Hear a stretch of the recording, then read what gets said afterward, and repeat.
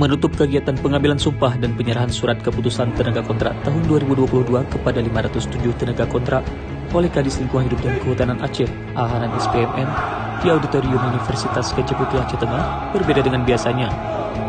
Persembahan yel-yel oleh Pamhut KPH Wilayah 2 serta membuat semangat seisi Auditorium Universitas Kecil Putih berkobar.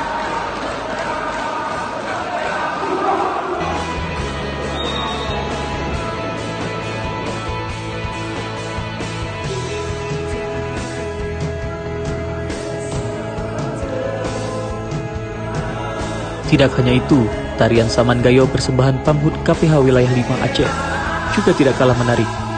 Kelihayan mereka dalam menari tarian yang dikenal dengan tarian tangan seribu, yang melambangkan semangat juang kebersamaan, mampu menghipnotis seluruh hadirin yang berada di auditorium tersebut.